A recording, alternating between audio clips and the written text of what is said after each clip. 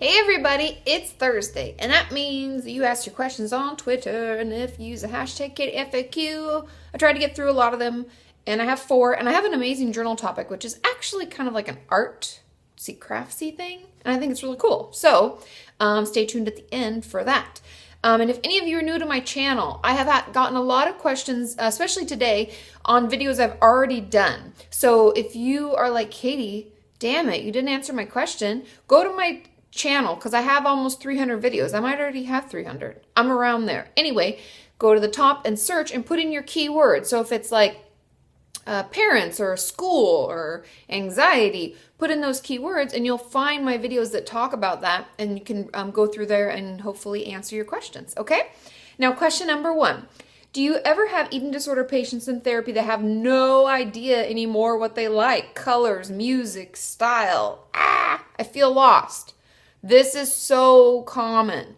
And oddly enough, we don't actually know why, but I'm just going to give you my experience of what my patients have said and what I have seen. And for the most part, the reason that this happens is because, number 1, we are so out of touch with ourselves. I don't know if any of you have noticed, but our eating disorder is like it takes over. It's like overwhelming, and it comes in and we don't think about anything else. We don't enjoy anything. We don't even know what we like anymore because we just listen to it and do what it tells us to do, and we get overwhelmed, right? So when we finally start working on that and putting that aside, when people ask us like, well, what would you like to do? Do you like to do this? Or you're trying to come up with new coping skills, right? With your therapist, and you're like, I don't know what I like to do. And that's normal. So try out things. It's honestly, I've told my clients, I'm like, think of it like you're a child learning to do things for the first time. You don't know, you might like it, you might not. If you don't like it, don't do it again. But it's an awesome time to try new things and see what you like, see what you don't like. Try chocolate, vanilla, and strawberry ice cream. See which one you like best. You can form your own opinion, and it's awesome. You're free to do so, right? So take your time with it. Know that you're not weird at all. And yeah, just if someone asks, what do you like? I don't know, but I'll try pick something. So we'll just find out as we go along, right? Like we did the first time. Okay, question number 2. I've been hearing voices, and I'm not sure if they're my ED/OCD manifesting or something else. What could this mean?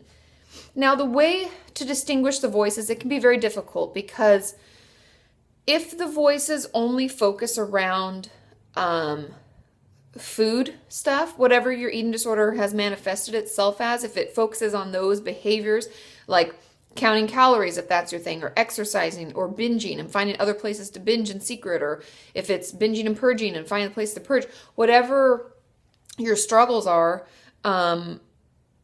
if the voice is only about that and like the negative thoughts around you not doing what it tells you to do or something like that, then it's an eating disorder voice. An OCD voice will be something that talks to you and tells you pretty much that you should do something, like you've got to flip that light switch on and off. Remember, 14 times it counts. You missed count. You got to do it again. Something terrible will happen if you don't do the compulsion, being the hand washing or the flipping of the switch.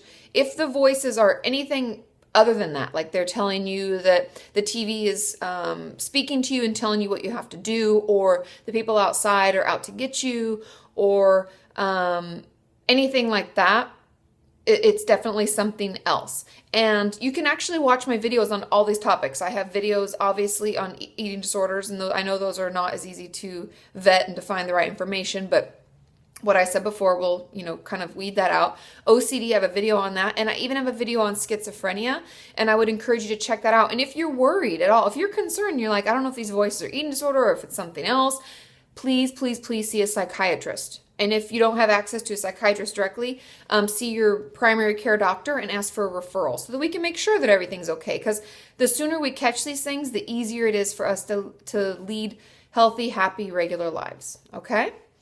Question number 3. My mom had an eating disorder when I was little, and I would see her binge and purge. She told me that it made her beautiful. Can this contribute to my eating disorder? Definitely. Not only are eating disorders shown to be genetic, they attribute it to chromosomes 1. Some people say chromosome 10 and 9. We're just trying to find out more information. The more you read about it, the more you hear like different portions of our genes, like they'll say region such and such is more shown to attribute to mental health issues. And then they trying to narrow it down to bulimia is like chromosome 10, anorexia is like chromosome 9. And we don't really know yet, but they're doing more research. So there's definitely a genetic component. It makes us more predisposed to mental illness or to whatever our family has struggled with. The same way that people ask, oh, do you have cancer in your family or heart disease or diabetes? It's the same type of thing, right? It's a genetic component of who we are.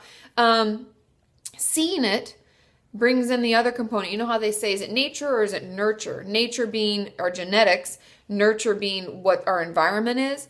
So having that and seeing it and her telling you and linking it to being beautiful, which is not true. Don't listen to that voice. Would definitely make you more predisposed to an eating disorder. And if you haven't told your therapist about this, I would definitely let him or her know. And if you're not seeing a therapist, then I would see a therapist. And check out my free eating disorder workbook on my website.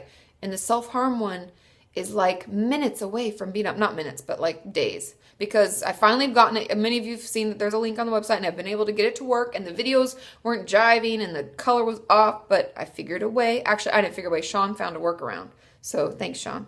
But anyway, it'll be up soon. Question number 4. Hey, Katie, I've been referred to CAMS, which for any of you, I believe it's in the UK, that is what you go through to get your mental health. But they're taking so long. My depression's getting worse. Should I just wait it out or what? If there is any other way, I would call CAMS. My term, squeaky wheel gets the oil. If we make a little bit of noise, we might get help sooner. And I would definitely call them and tell them it's getting worse. I would see if there are groups you can join. I would see if there's anything else you can do. And in the meantime, you might want to get some books or workbooks or utilize my all of my videos and the journal topics and try to do those every day so that you have stuff that you're doing so you don't have that sit down time where your mind just makes things harder on you. And if it's really getting bad and you're worried that you're going to harm yourself, please call 911, go to the hospital, call a suicide helpline, and check out my safety plan video, my suicide safety plan. And I show you how to create those as well because we want to make sure that you're safe and happy and healthy and getting the help that you need. And I'm sorry CAMS takes so long. Socialized medicine isn't all that it's chalked up to be sometimes, and it takes a long time. But be patient, call, and utilize the resources that we have, okay?